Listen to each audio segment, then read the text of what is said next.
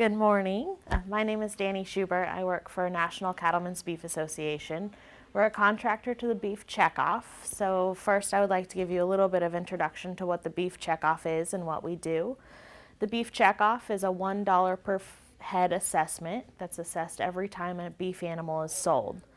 So we estimate that an animal is sold about 2.5 times in their lifetime.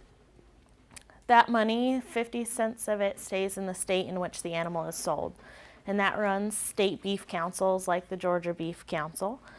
The other 50% of it goes to what we call the Cattlemen's Beef Board, and the Cattlemen's Beef Board is the national collector of funds. We then distribute the funds based on contractors that research, educate, and promote for beef with that money. Today, we are fulfilling the education portion of it, and I'd like to first get started just talking through the beef industry in the United States and a little bit of how you all as teachers can influence beef for consumers. So beef is grown in all 50 states in the United States. There obviously are some regional differences in beef production just based on climate, forage availability, and really the area in which the cattle are grown. So down here in Georgia, generally, as we were talking this morning, Brahman influenced cattle, very heat tolerant, very parasite tolerant. They're the ones with the beautiful floppy ears and big humps on some of the bulls.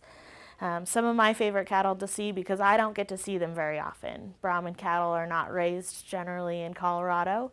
In Colorado, we see a lot more of the Angus bred influences and continental breeds. Ranching in the United States is still very family owned and operated. Over 80% of the farms in the United States have been in the family for over 25 years. So it's a pretty awesome statistic, and if we go even further, 10% of them have been in the family for over 100 years. So generally very family owned, and people take a lot of pride in their operations. We have a few different segments of the industry. We have a cow-calf, and that's where we see the cows actually having babies and running around on the field. That's one of my favorite segments because babies are cute. Once those calves grow and we no longer need them to be on their mothers, that's generally about 4 to 6 months of age. We take them off in a process called weaning. At that point, they can either go to a backgrounder or a feedlot. And a backgrounder, depending on forage availability again, is where they would run them on grass for an additional 4 to 6 months just to put a little bit of weight on their bodies and on their frames and let them grow out in a grass-fed environment. If forage availability is very low, sometimes drought years cause this, just regions in which the cattle are grown. I'm from southern Idaho, and in southern Idaho our forage is only available for about 2 months out of the year. So for us, they would have to be shipped to a backgrounder where there is grass and there is availability for them to be grown on the range. So we generally send our calves elsewhere, or we send them directly to a feedlot.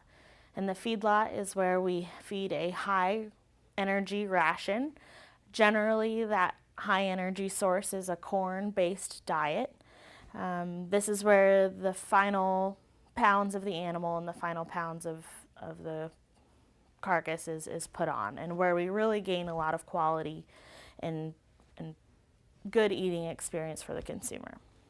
They then are sent to harvest at a packing facility. There are 5 large companies that harvest animals, and then there are many smaller companies that also harvest beef in the United States. From there, they're generally boxed, sent to distribution companies, and finally reaching consumers at food service, retail, and other outlets. Just some production numbers for you. About 31.9 million head of beef animals are harvested annually, which is a very large number. And we actually create 25.5 billion pounds of beef for consumers here domestically and abroad. 5 to 6% of that 25 billion pounds is generally sent overseas.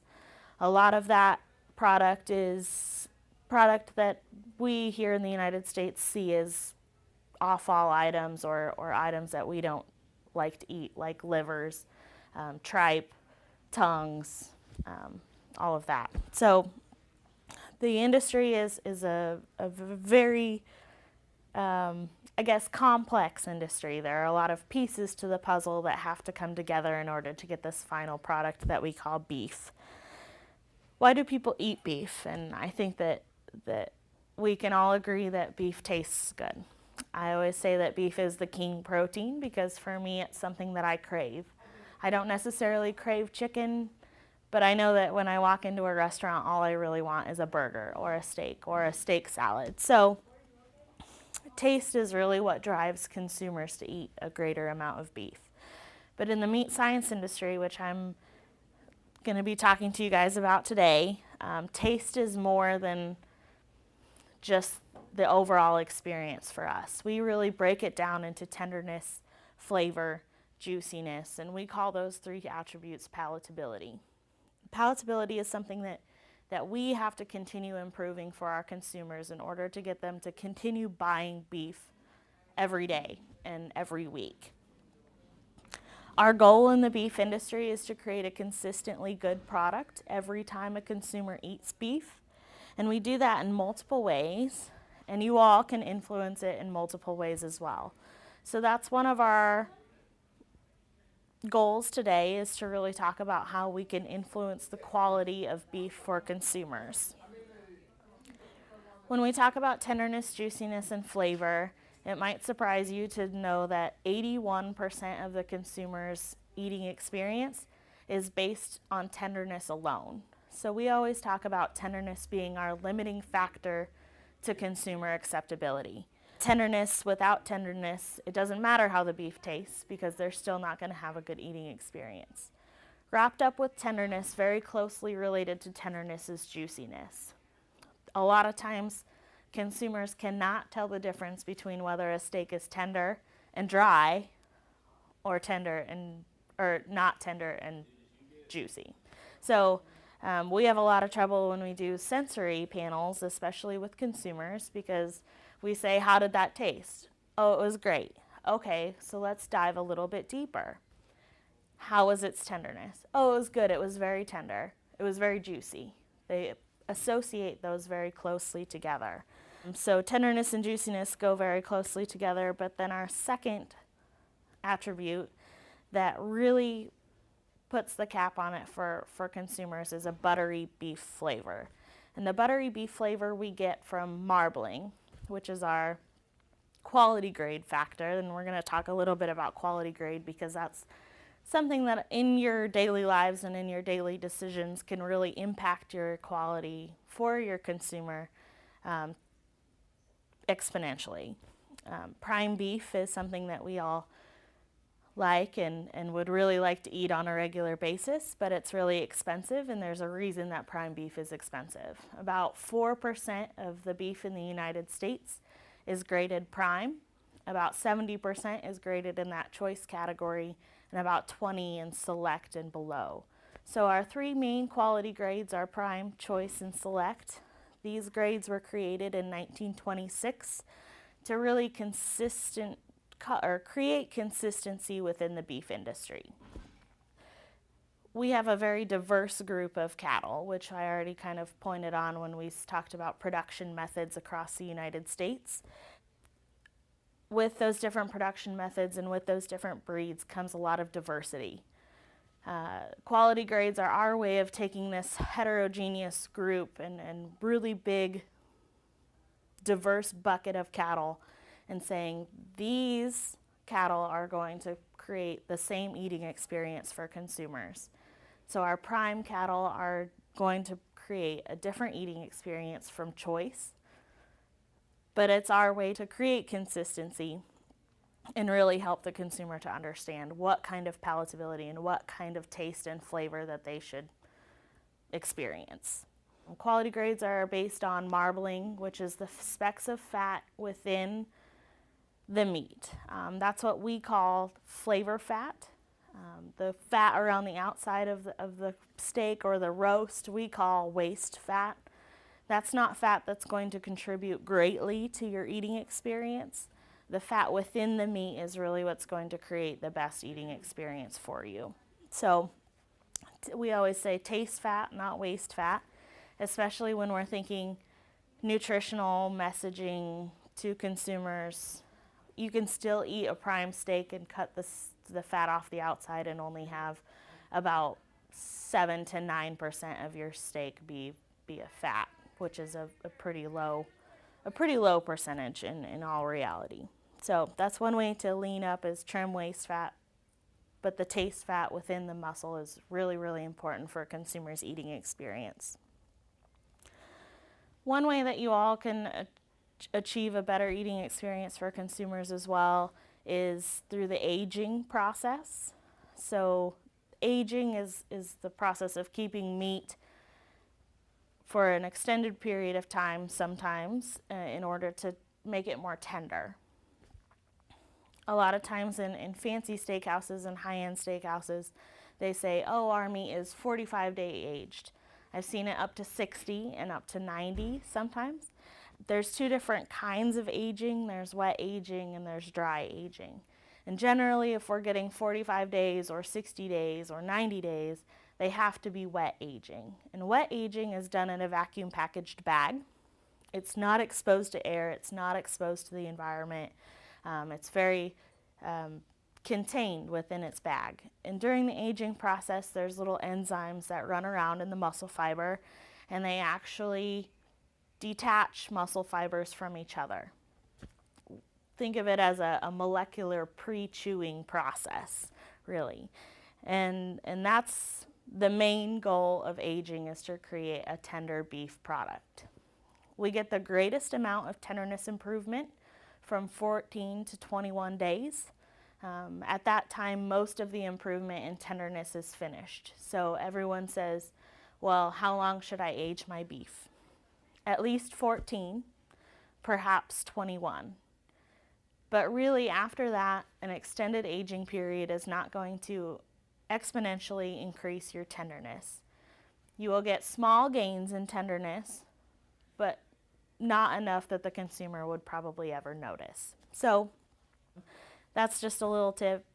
Age for 14 to 21. Past that, you're really not gaining any tenderness. You will gain a little bit of flavor.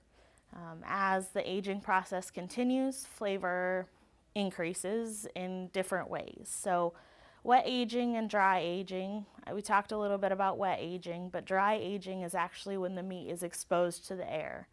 Generally in a cooler, in a humidity and temperature controlled environment.